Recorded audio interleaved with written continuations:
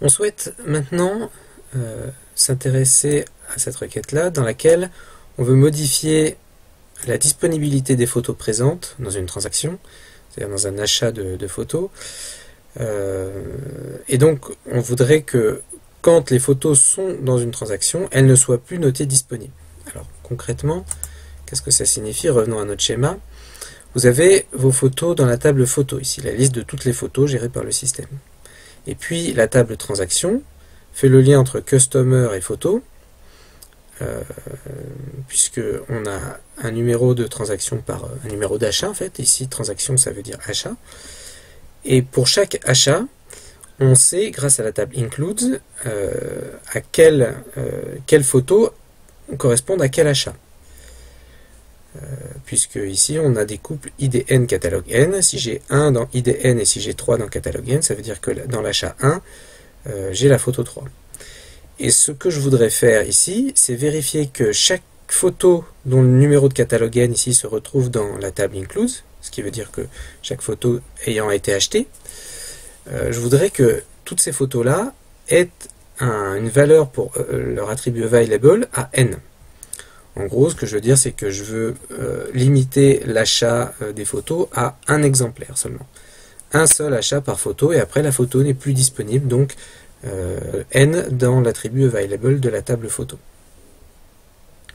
Alors si jamais on veut faire pas à pas cette requête-là, d'abord on peut faire la requête qui nous affiche quelles sont les photos qui ont été achetées. C'est-à-dire quelles sont les photos qui sont dans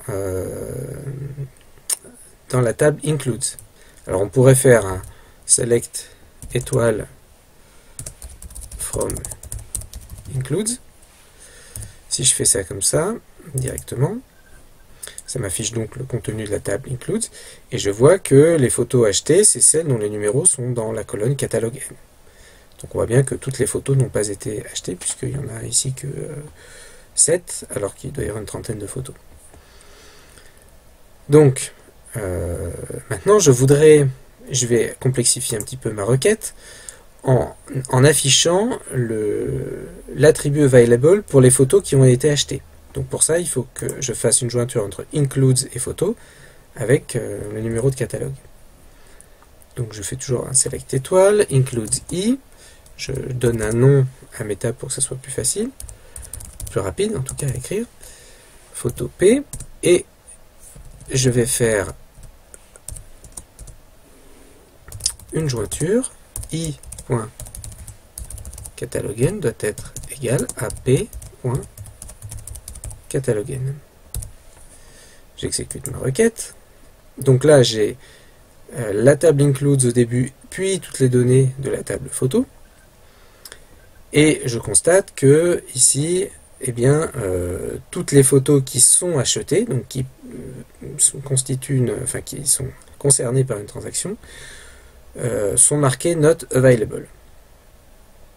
Donc c'est OK, elles ont été achetées, elles sont not available.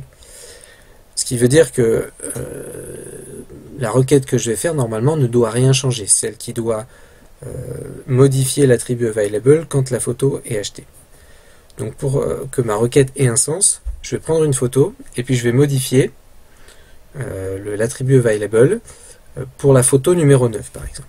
Donc ça va être juste un petit update très simple. Donc update photo, set available égale y pour yes, where, et là je précise que c'est la photo 9, catalogue n égale 9. Donc si j'exécute cette requête là, je dois modifier cet attribut là en y. Alors, ah oui, je me suis trompé, j'ai fait une petite bourde dans available. Donc c'est là comme ça, voilà. Je vérifie, je relance ma requête. Voilà. Et maintenant, si je réexécute la requête précédente, voilà, on voit que j'ai ma photo qui est neuve, qui est notée disponible, alors qu'elle est dans une transaction. Donc ça va me permettre de tester si la requête que je vais maintenant écrire, une requête d'update, est OK. Donc la requête que je vais écrire, par rapport à la requête précédente, fait une modification sur une table en fonction d'une jointure avec une autre.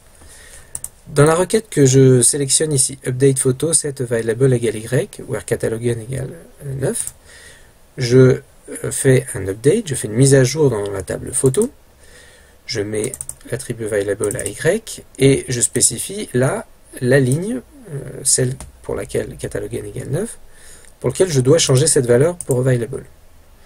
Dans la requête que je vais faire maintenant, je vais faire une modification dans la table photo, mais en fonction d'un certain nombre de lignes, celles qui seront jointes avec des lignes de la table includes.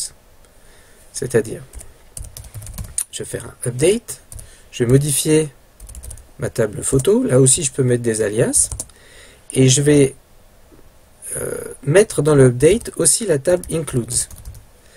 Bien que je ne vais pas faire là de modification de la table includes, mais par contre j'ai besoin de cette table includes pour sélectionner les lignes de la table photo que je vais changer. Précédemment, les lignes de la table photo, enfin dans la requête précédente, la ligne de la table photo que je change est spécifiée par la condition catalogen égale 9.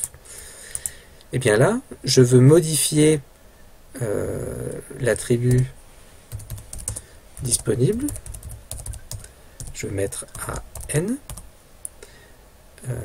Toutes les lignes de la table photo pour lesquelles je ne vais pas avoir par exemple une condition catalogen égale machin, mais pour lesquelles ces lignes-là en fait figurent dans le résultat de la jointure avec includes, parce que ça veut dire que ces photos-là ont été achetées puisqu'elles figurent, elles sont liées avec une ligne de la table includes, qui elle-même est liée avec une ligne de la table transaction. Donc au lieu de mettre une condition précise sur une ou plusieurs lignes, je vais mettre la condition de jointure. Du coup la condition de jointure, c'est p. Condition de jointure entre photo et includes, c'est p.catalogen égale includes.catalogen, c'est-à-dire p.catalogen égale i.catalogen parce que j'ai utilisé des alias. Donc, en résumé, cette requête-là, elle fait quoi? Elle fait la jointure entre photo et includes avec la condition de jointure classique sur catalogen, et elle met à jour toutes les lignes obtenues.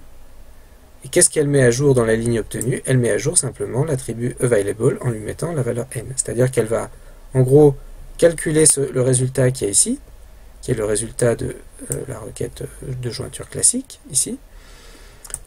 Et comme on est dans un update, elle va regarder ligne par ligne, elle va rechercher l'attribut available, et à chaque fois qu'il y a n, ou même dans toutes les lignes en fait, elle va mettre n. Et du coup, on pourrait rajouter une condition de jointure, parce que là en fait, elle va examiner toutes les lignes, et elle va mettre n dans toutes les lignes, même s'il y a déjà n. Donc on pourrait rajouter une condition pour éviter que la valeur n qui est déjà présente soit écrasée par une autre valeur n. Et la condition, ça serait que available soit égal à y. Donc on fait la jointure entre les deux tables, photo et includes, avec la condition de jointure classique sur catalogue n. On regarde les lignes, on ne garde que les lignes pour lesquelles available égale y, et pour ces lignes-là, on fixe available à n. Alors testons si cette requête fonctionne. A priori ça a marché. On va à nouveau afficher notre table. Voilà, ça y est, on a la photo neuve qui a été remise à grand N. On peut tester d'ailleurs l'opération inverse, qui n'a pas de sens, mais c'est juste pour l'exercice. Si jamais je fixe available à Y, pour cette fois-ci, on ne va pas mettre de condition de sélection, on va juste mettre la jointure. Ça, normalement, cette requête-là, puisqu'il n'y a pas de condition, elle va faire la jointure, donc elle va obtenir toutes ces lignes-là, et elle va fixer available à y, quelle que soit la ligne, donc pour toutes les lignes. Testons cette requête-là. Ça a l'air de marcher. En plus, toutes les lignes ont l'air d'avoir changé. Réexécutons l'affichage. Voilà, on a changé toutes les lignes. Voilà un exemple de modification de table, de modification multitable. C'est-à-dire on modifie dans une table, mais les lignes qui sont reliées à d'autres lignes, et donc il faut faire des jointures pour faire la modification.